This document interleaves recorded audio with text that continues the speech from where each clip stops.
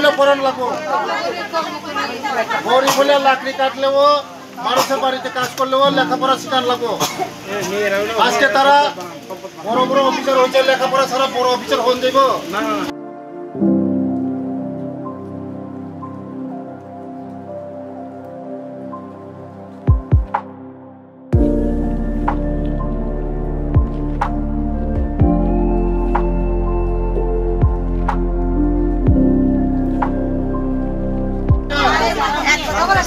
এটা তো ঠিক আছে, আপনারা নাতি নাতনি তারা পড়াশোনা করাননি না, সকলে পাঠান।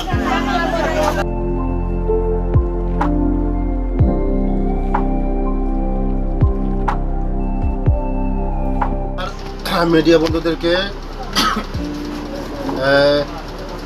প্রথমে মিডিয়া বন্ধুকে ধন্যবাদ জানাই আজকে আমাকে ভালো প্রশ্ন জেগার জন্য।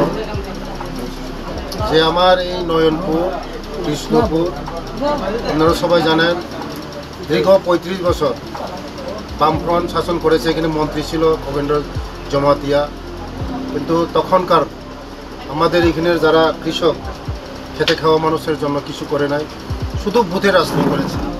আমি আজকে মানুষের বাড়ি বাড়ি যাচ্ছি, ঘরে ঘরে যাচ্ছি, কারণ ওদের যে শিক্ষা মান একদম কম।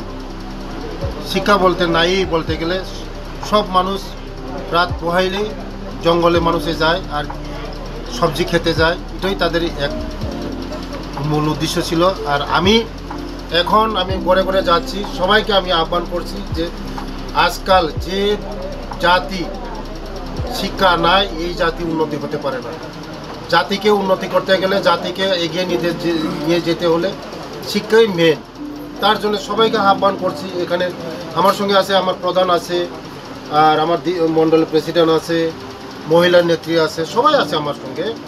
আমি আহ্বান করছি, বারবার সবাইকে আহ্বান করছি যে আগামী দিন আমাদের ছেলে মেয়েদের ভবিষ্যৎ প্রজন্মকে এগিয়ে নেওয়ার জন্য, আমাদের সমাজকে এগিয়ে নেওয়ার জন্য শিক্ষাই মূল।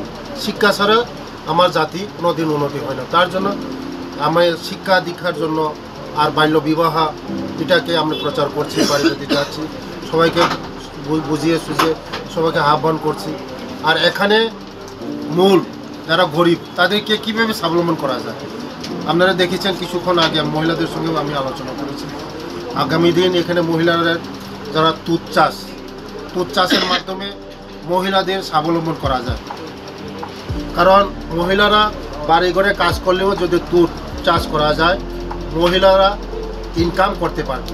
তার জন্য আগামী দিন মহিলাদেরকে হ্যান্ডলুম হ্যান্ডিক্রাফটের মাধ্যমে স্বাবলম্বন করার জন্য এখানে আমি এসেছি, আলোচনা করেছি। আগামী দিন হ্যান্ডলুমের মাধ্যমে, এই সেরিকালচারের মাধ্যমে আগামী দিন এই মহিলাদেরকে স্বাবলম্বন করে তুলব। এবং আমার একটাই প্রার্থনা থাকবে, বাল্য বিবাহ। আমাদের সমাজের মধ্যে অনেক রীতি প্রচলন আছে, শিক্ষা দীক্ষা নাই, তো তার জন্য এখানে বাল্য বিবাহ হয়।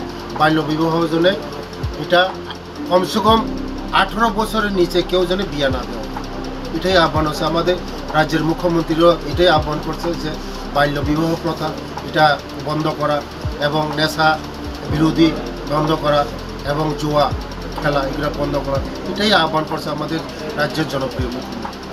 উদ্যোগ নিয়েছে উজ্জীবন ব্যাংক, তারা খুব লাভবান হবে। রাত্রে তারা কাজ করে এসে সবজি অল্প স্বল্প নিয়ে আসে, তারা মার্কেটে নিয়ে আসে। এই সবজিগুলি বিক্রি করতে গেলে ওই অন্ধকারের মধ্যে তো সবই বিক্রি করা যায় না। তার জন্য আজকে এখানে high marks power solar light দেওয়া হয়েছে। আগামী দিন আরও এই মার্কেটের জন্য আরও চিন্তা ভাবনা করছি। এখানে নাট মন্দির আছে, নাট মন্দিরকে কীভাবে সুন্দর করা যায়, এবং কালী মন্দির আছে কীভাবে সুন্দর করা যায়। আগামী দিন এখানের যারা গরিব মানুষ তাদেরকে উন্নয়নের পথে নিয়ে আসা, এটাই জন্য আলোচনা করেছি। আর দীর্ঘদিনের এখানে একটা ইস্যু ছিল, এই কৃষ্ণপুরের ইস্যু ছিল। আমাদের জনপ্রিয় মুখ্যমন্ত্রী প্রফেসর ডক্টর মানিক সাহাজি আমাদের এই ইস্যুকে আমাদেরকে দিয়েছি। কারণ দীর্ঘদিনের এখানে একটা থানার আমাদের দাবি ছিল এখানে কৃষ্ণপুরের মানুষের জন্য। এখানে আপনারা সবাই জানেন দিন দুপুরবেলা আমাদের নতুন বাজারের মধ্যে বড়লুঙ্গার মধ্যে 17 জন একসঙ্গে উগ্রবাদীরা খুন করে ফেলে দিয়েছে। তার জন্য এখানে একটা এই সিকিউরিটির ইস্যু ছিল, এখানে হয়েছে। এবং আর একটা ইস্যু আছে আমাদের এই কৃষ্ণপুরের বাসের দাবি, এখানে একটা হসপিটাল, কারণ এখানের মানুষ সবাই গরিব, কারণ তেলিয়ামুড়া যেতে হলে অনেক প্রায় 5 কিলোমিটার 10 কিলোমিটার যেতে হয় এবং আগরতলা যেতে হয়, কল্যাণপুর অনেক দূর। তার জন্য এখানে যদি লোকাল একটা হসপিটাল হয়, গরিব মানুষের উপকার হবে। ধন্যবাদ।